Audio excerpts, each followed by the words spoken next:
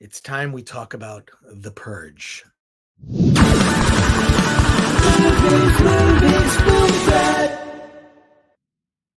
Welcome to the Film Trap Podcast. I am Chris Gore, and I am excited to talk to our guest today on the podcast. James DeMonaco is one of the creators of The Purge, which, if you have seen this series and enjoyed it as much as I have, where The Purge, I kind of feel like we're living in sort of a prequel to The Purge, right? Is that just like daily life now?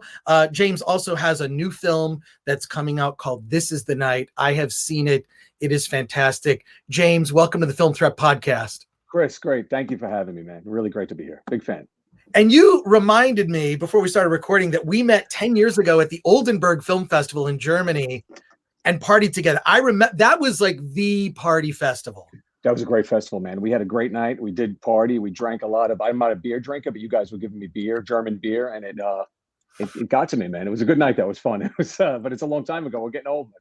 Yeah, well, it's so funny. It's like we had such a good time. I'm trying to remember because there were so many parties. It was like a party at a castle, and there were like parties at hotels, and then there were the premiere parties with the screenings. It was just, it might be one of the most fun times I've had at a festival, right? Like, absolutely, yeah. That's my favorite. One of my favorite festivals. I know they call it the Sundance of Europe, but it's got this weird feel. This small town. It's really fun, man. So we met there, man, which is great. Now 10 years later, here we are.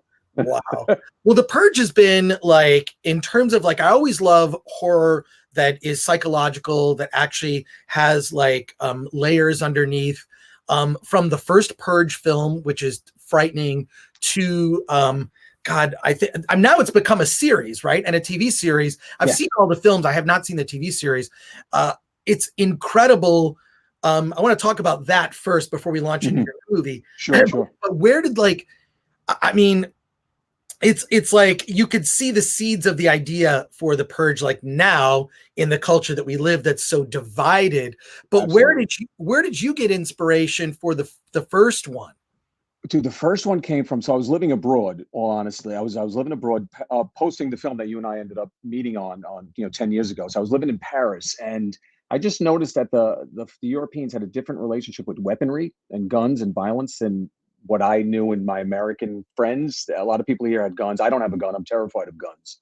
And just seeing that different relationship, I didn't meet any Parisians who owned a gun, whereas I could name almost everyone I knew growing up and neighbors. Everybody had a gun in America. Or that I knew in America, I should say, in my small circle of people. But it was this different relationship that I began to explore. I was always confounded by the lack of gun control laws in America. And I think it started to be born there. It coalesced when I was in a road rage incident with my wife. And I can't even think of the year.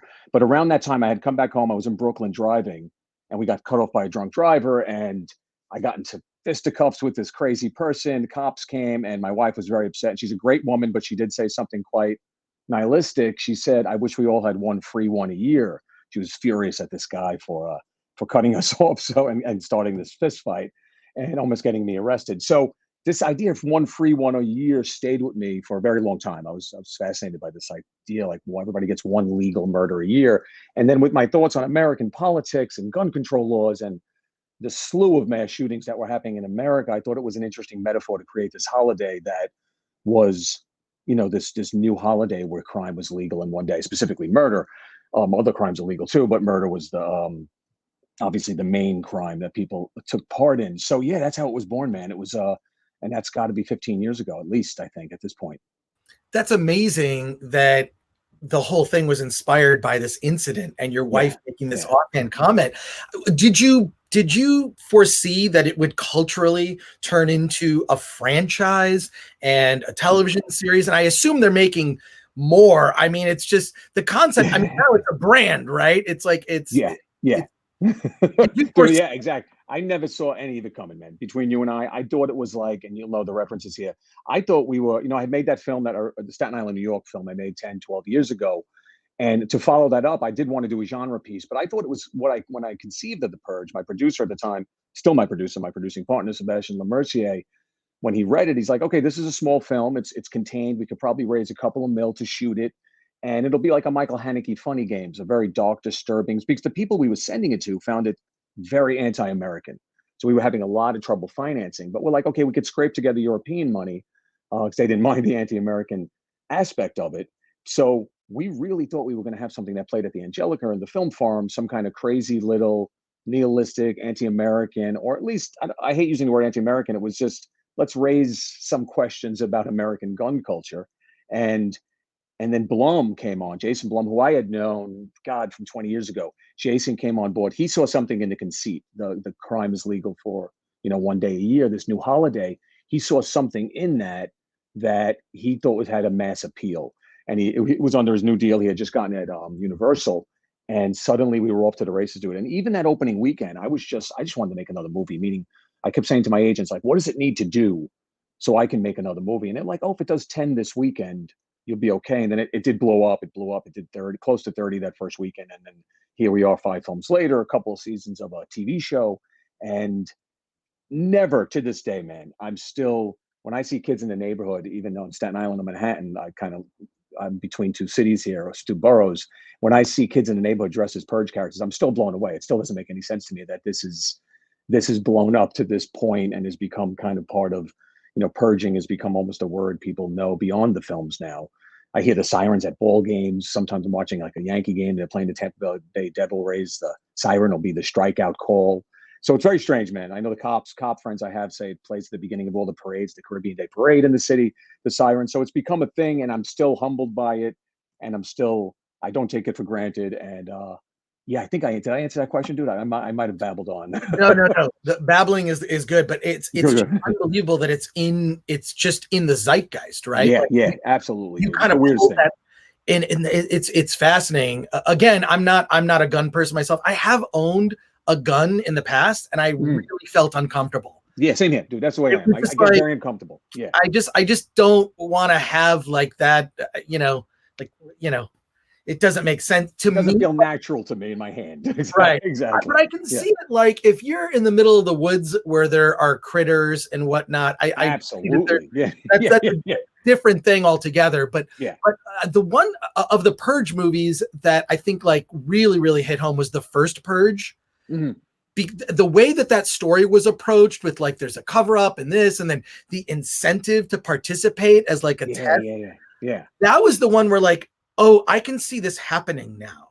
Like, that's the one where people started. It's weird you say that, 'cause that's the one where I started getting that question. Before that, it was always dystopian, weird, sci-fi, horror, future. Mm-hmm. First Purge is the one where people started saying, "Hey, DeMonaco, you think this could really happen?" And then even on the newest one, they said it even more with the, we're dealing with the immigration crisis a little bit in the 5th one. So it's weird you bring that up, because that was the inception where I started hearing the question: was this something that can happen in American society? Which was terrifying.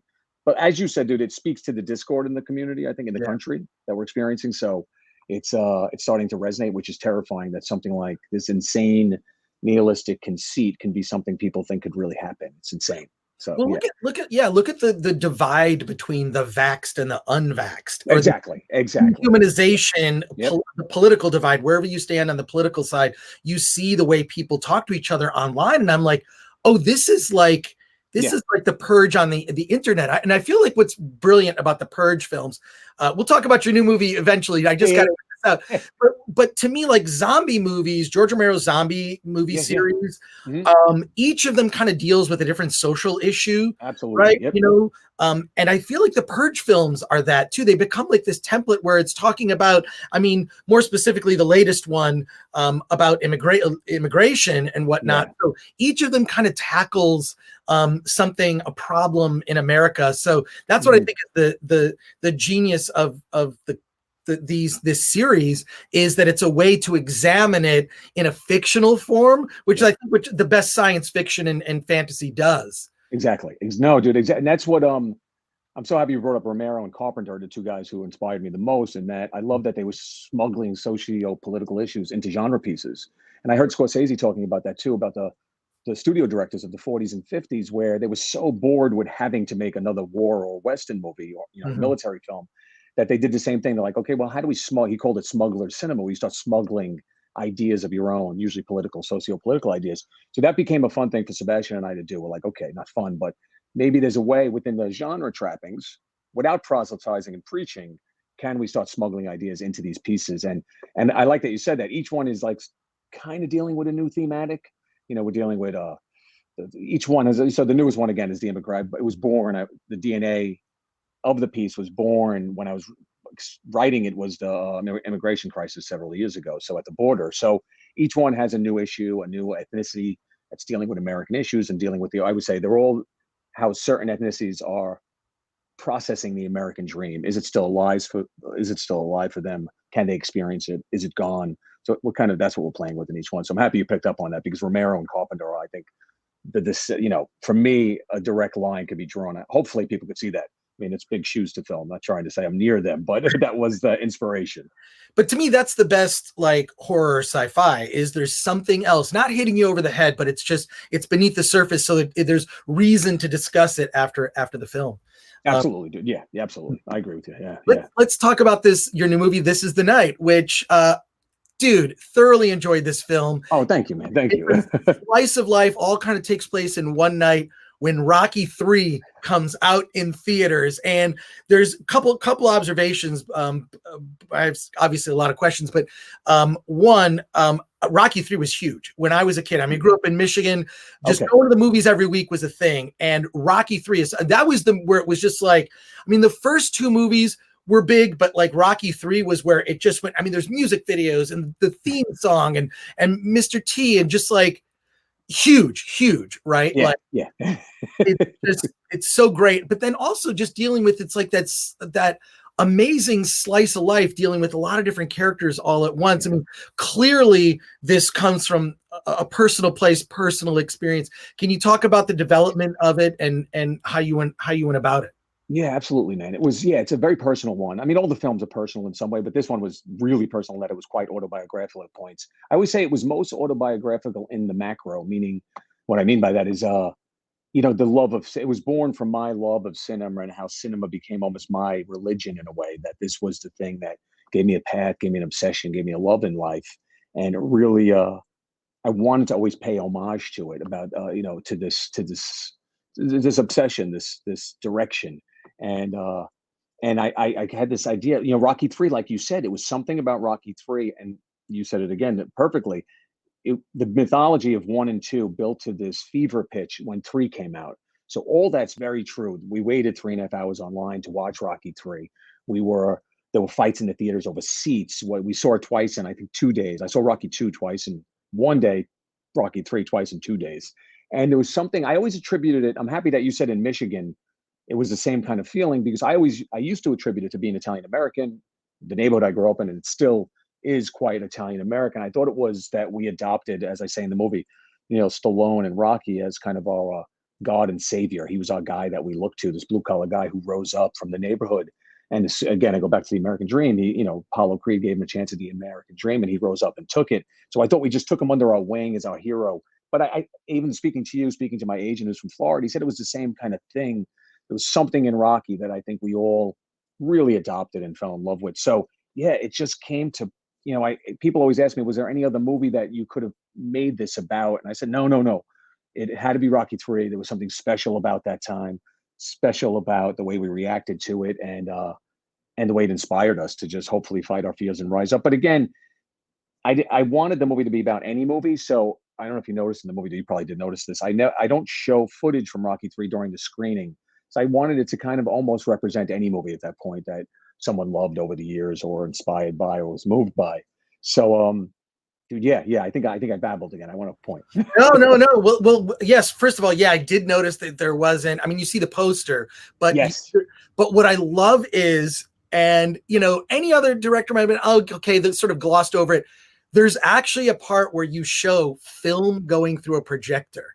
Yeah. Right? There's this sort of loving, almost fetishizing exactly the cinema experience, and the getting of the waiting in line. I mean, that was part of the ritual, was waiting in line, and you had to get there early because you wanted to get good seats. And then it's like, okay, what screenings would sell out? They'd actually, and like all of those things about the cinematic experience that I feel like no one experiences today. You book it on your phone, you walk up.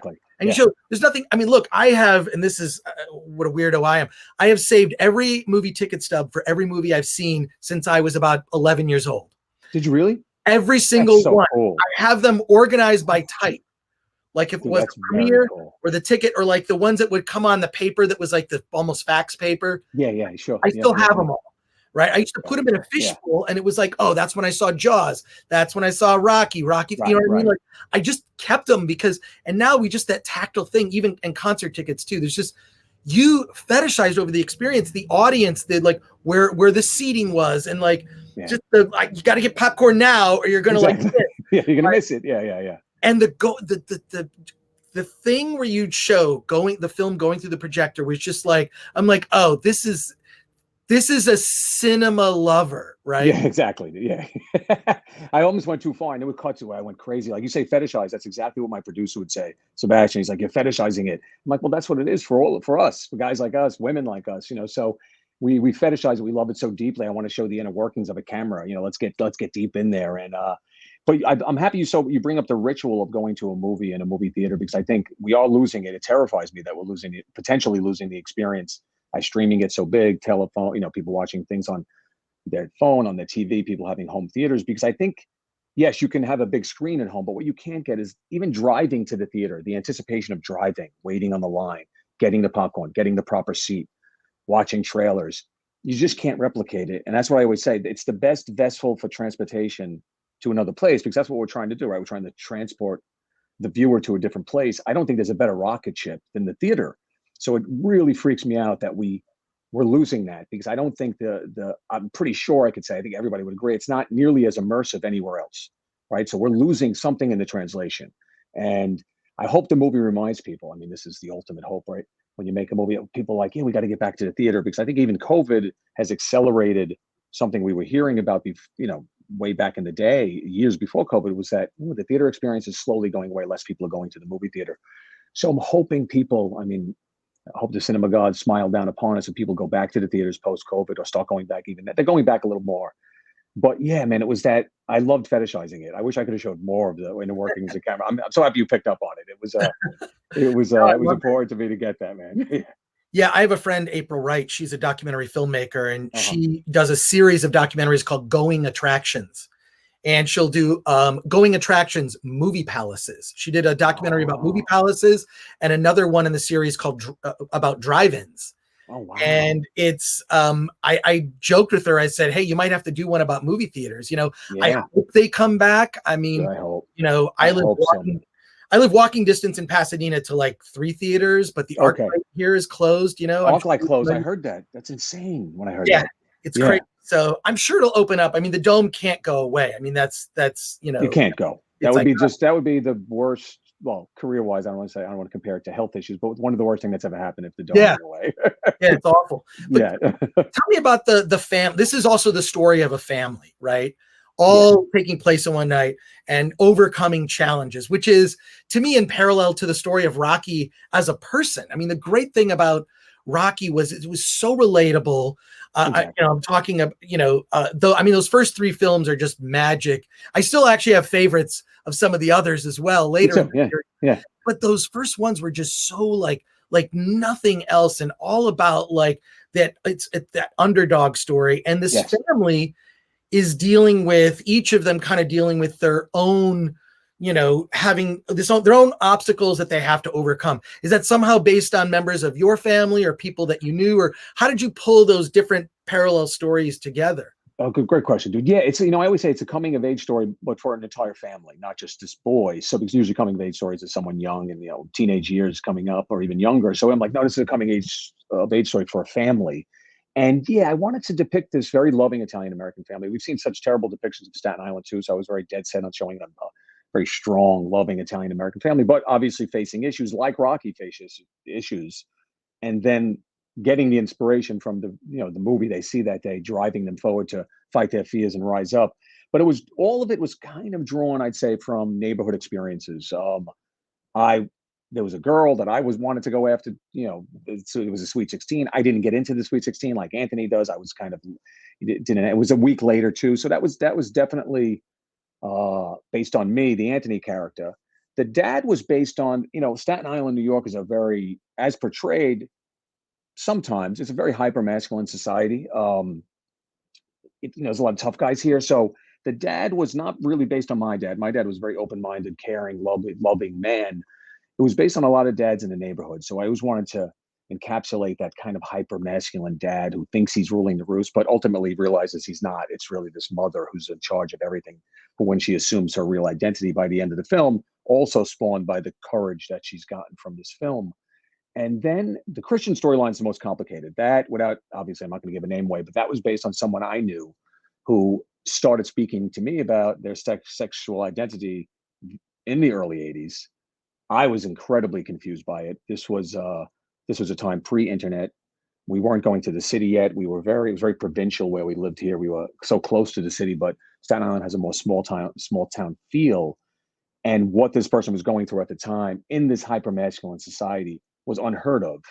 And he was terrified. He did not know how to confront it. And it took years. What happens in the movie over the course of this magical night took years for this friend of mine to come to terms with. But when I spoke to him about putting it in the movie, what he always told me is he sought refuge in art, in films and books, and that helped him find ways to deal with what he was going through, because he had no one to speak to other than he spoke to me, and he had another family member he was speaking to, a sibling. So I always want to encapsulate that how he was, even though it's the movie Rocky and there's an odd specificity to that, he was inspired by this movie to start coming to terms with something with the help of his mom, helping come to terms with who he is, and then bringing that information to the community and then to his dad eventually. So everything kind of came from the story of where I grew up. It is very personal, very autobiographical, and then extrapolating obviously beyond with some hyperbole and making stuff up to fill the story beats. But yeah, it was. It's all from growing up here on the island. It's an interesting place. Well, it's a super fun film. I can't recommend it enough. Thank And you, Chris. it's also Thank you. it's like a love letter to an era as well, which I think like it's just the passion just comes across. And it's out, it's coming out, or it's going to be out by the time this runs. It's out, man. It's at the Angelica in Manhattan, and it's coming on. God, I'm bad at this. It's coming on VOD. I think tonight. I believe tonight people can start watching it whenever that airs. So tonight being the 21st. So people, by the time this airs, people can watch it. Yes. Yeah. Awesome. James, thank you for being on the Film Threat Podcast. It's just a pleasure to, maybe I'll see you at Oldenburg. Dude, yes, we must find each other at Oldenburg one more time. Yes. Awesome. All right. Take care. Thank you. Thanks, brother. Take care, man. Bye-bye.